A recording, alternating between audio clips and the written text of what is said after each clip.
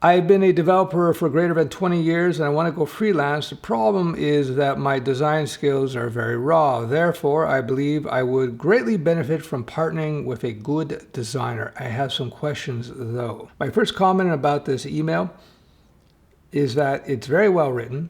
So the fact that you have good writing skills is a huge bonus. Good job. All right, here's questions. Nicely laid out in bullet points, so it's easy for me to read. Another good business communication tip: short paragraphs, bullet points. You're going to get your message across much more easily, which means you're going to have a much easier time at work and in business. What percentage of pay is typically fair for both parties, and how does one decide? To me, development seems more difficult and time-consuming than design. So I could see a larger split going to the developer. However, I could be wrong about time and difficulty. Plus, it's crucial to have good design. I just want to be fair to both parties. Very cool question and a very reasonable attitude, which is going to help you deal with the partners. In terms of the pay, it really comes down to the nature of the project. Some projects are very design heavy, where a lot of the work is design and not too much back end, and vice versa. If you partner with an outside contractor, designer contractor, on a per project basis, then you're going to have to work with somebody and just bid hours accordingly.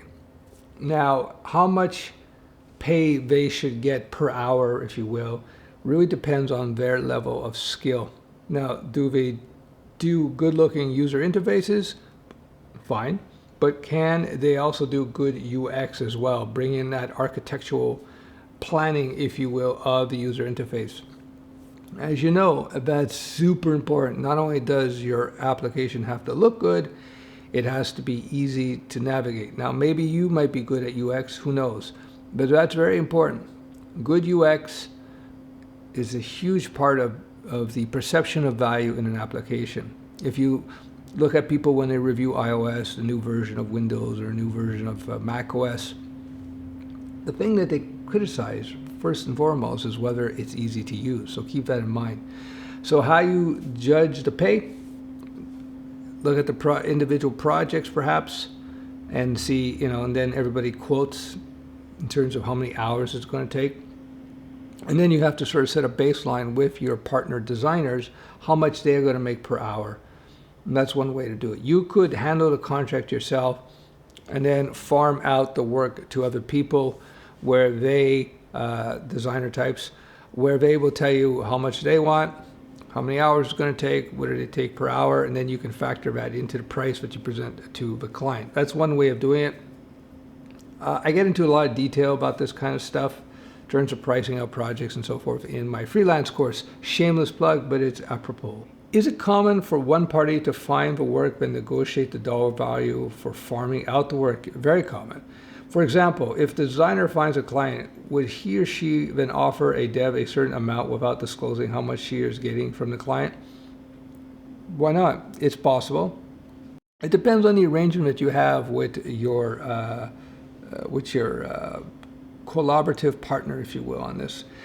If you're working as co-independent contractors, yes, of course. Their take is their business, really. On the other hand, if you're working together on a regular basis, then maybe you can collab in a bigger way where things are more transparent. It depends on the business arrangement that you have. It depends on how consistently you're going to work with people.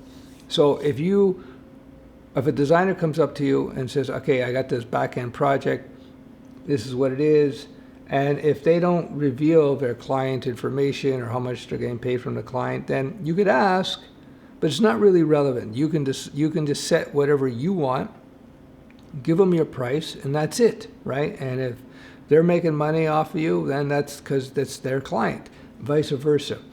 On the other hand, if you have a regular working relationship, let's say you decide you're going to go freelance and you know one or two good designers, really good designers that you think you can work with, you can sit down with them and come up with the working parameters prior to getting any contracts, as an example, where everything is transparent or it's not.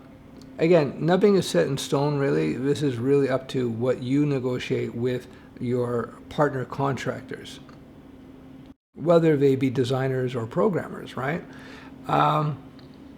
You'll find that some contractors won't care what you charge to the client. They just want to make their money, right? If you want to make X dollars per hour and you look at a project and you budget this much money, this many hours, as long as you get paid, that's all you want really at the end, right? The only thing is you got to put in parameters in there as a tip in terms of what do you do with overage, right? Well, what happens if you bid 30 hours and due to, typical feature creep, project creep, perhaps client mismanagement or bad management, you find yourself, instead of doing 30 hours, you're doing 40 hours. Now, do you charge for a fixed amount for that project, which is dangerous, but a lot of clients are going to want that initially because they don't know you? Or are you going to get a rate based on how many hours you put into it, which is more of a trust-oriented thing?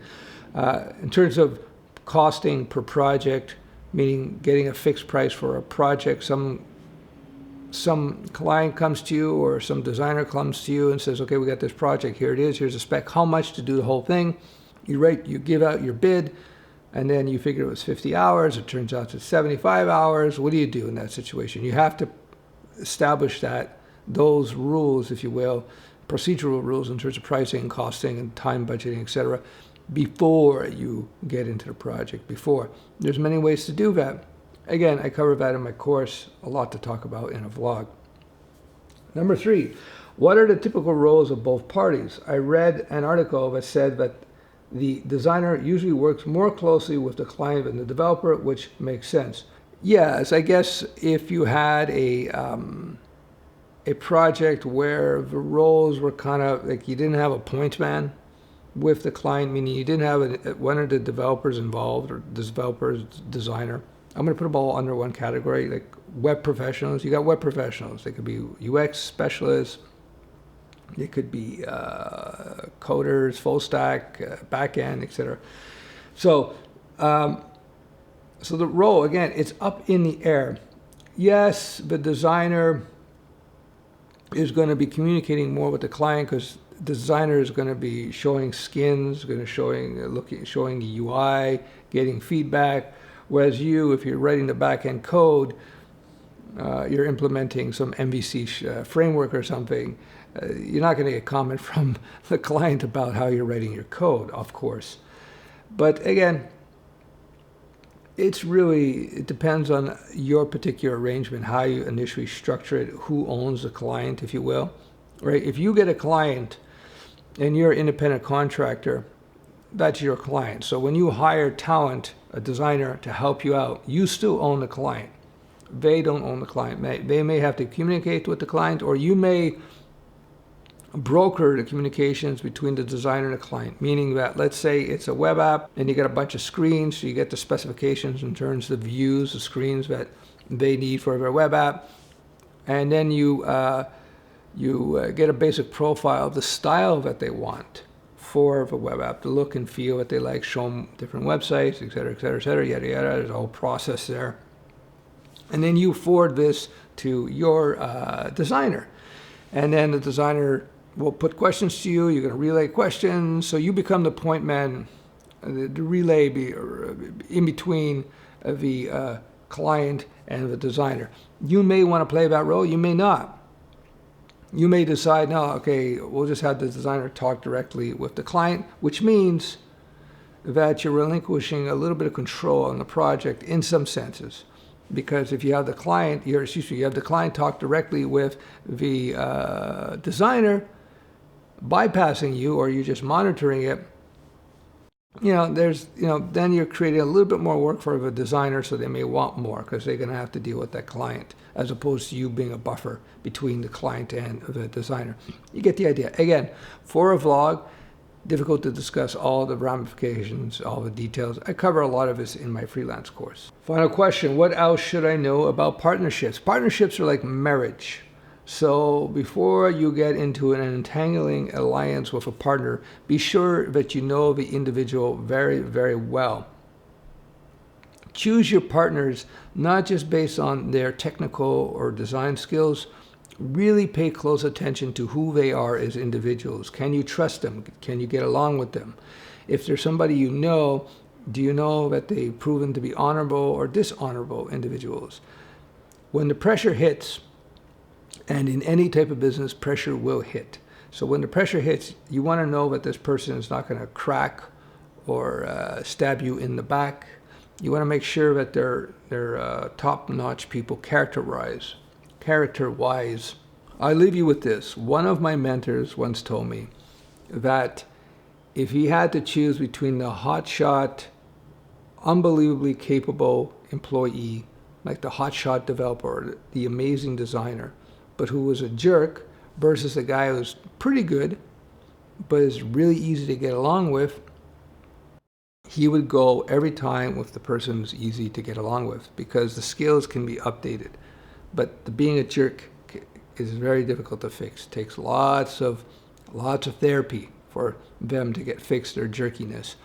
So when you're choosing partners, vet them more or less for whether your personalities mesh well, whether you can identify if they have integrity, if they're financially secure. That's even better. People who are not spendthrifts, people who don't need that check every 2 weeks, are much easier to deal with than people who are always on the edge financially.